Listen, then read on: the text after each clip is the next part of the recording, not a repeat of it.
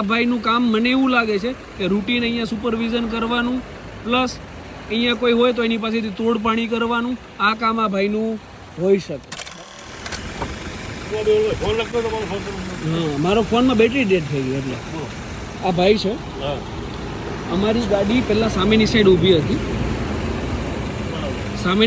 હતી, આ ભાઈ આ ગાડી લઈને આવ્યા 4 વાર એઝ એન કેમ પોલીસ સુપરવિઝનમાં નીકળે એ રીતે આ ભાઈ ગાડી સામે 4 વાર આમ જોઈને કે ભાઈ ગાડીમાં શું ચાલે છે આ ભાઈએ, રાઈટ.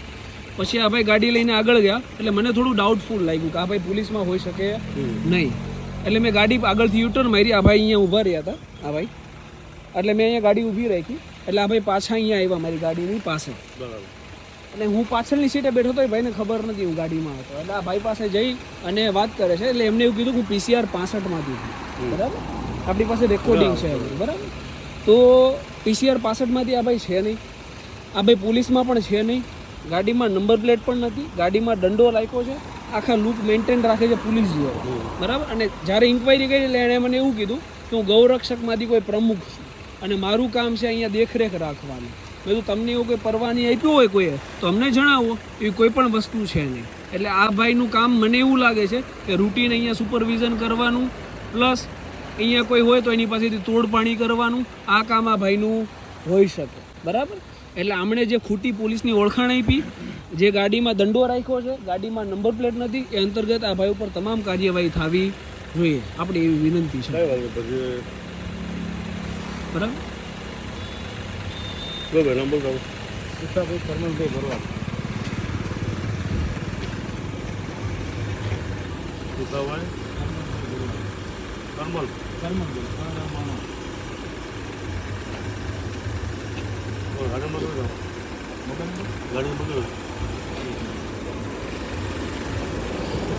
ગાડી એવી રાખે છે કે ગાડીના નંબર પ્લેટ એમને ખુદને ખબર નથી.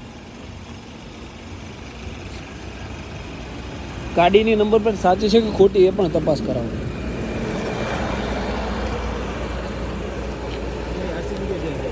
આરસી બુક છે ને? હા, તો આરસી બુક જ આપો ને એટલે ડાયરેક્ટ લખી લેવાય.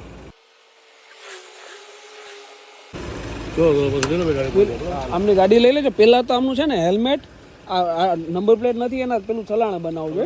હા, બસ બસ. અને બાકી બધું હું આવું, બરાબર. ચલો લઈ લો.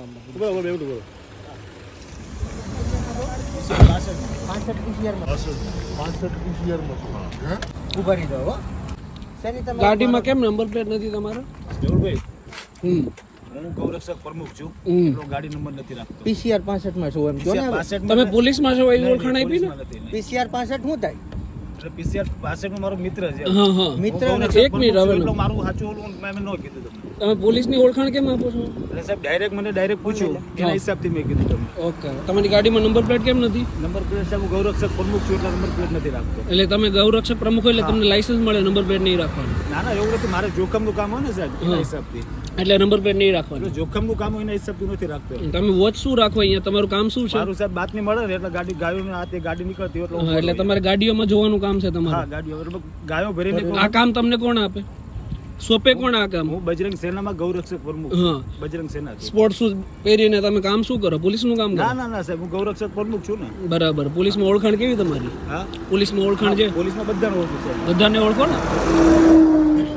પાછળ નંબર પ્લેટ છે? હા, પાછળ છે.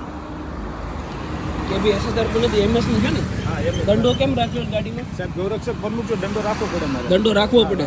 આ દંડાની પરવાનગી લીધી તમે? ના, મતલબ સાહેબ હોય જ નહીં ને અમારા દંડાની. GP 135 મુજબ તમારે પરવાનગી લેવી પડે. હા, આ દંડો તમે ના રાખી શકો. આ કાયદો સમજાવું તમને.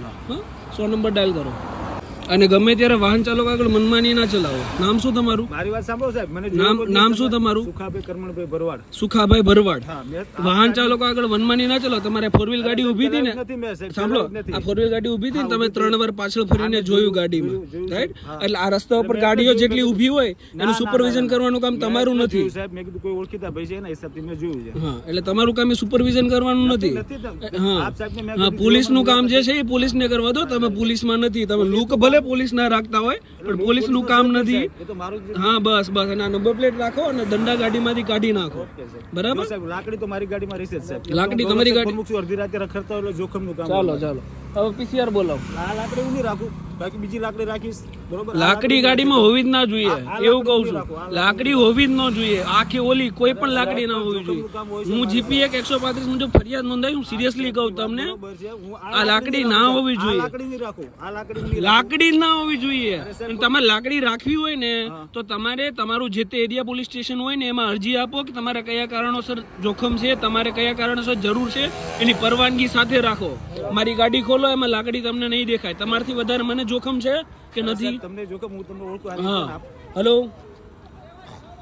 Control room, advocate Mehul Bogra.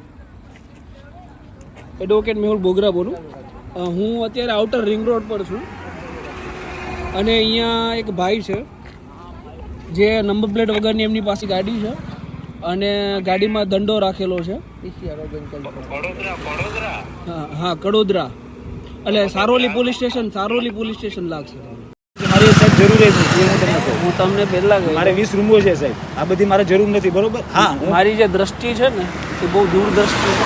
આપ સાહેબ તમે મને ના શીખવાડો. સાહેબના વિડીયો મેં જોયા છે, હું આપ સાહેબને સારી રીતે ઓળખું હું છું. બધાને બહુ સારી રીતે માપી લો, બધાને બહુ સારી રીતે ઓળખી લો. સાહેબ આ ભૂલ છે, તમે થોડી ઘણી વાતચીત થઈ છે, લાઈફ ટાઈમ નહીં થઈ જાય, એટલા માટે મને હેરાન ના કરો. હેરાન કરવાની વાત નથી. આ જે પ્રોસેસ તમે કરી ને કે પ્રોસેસ ખોટી કરી છે, એ પ્રોસેસ તમારાથી ના થવી જોઈએ ક્યારે. સમજાણું કે નહીં? આવો તો પીસી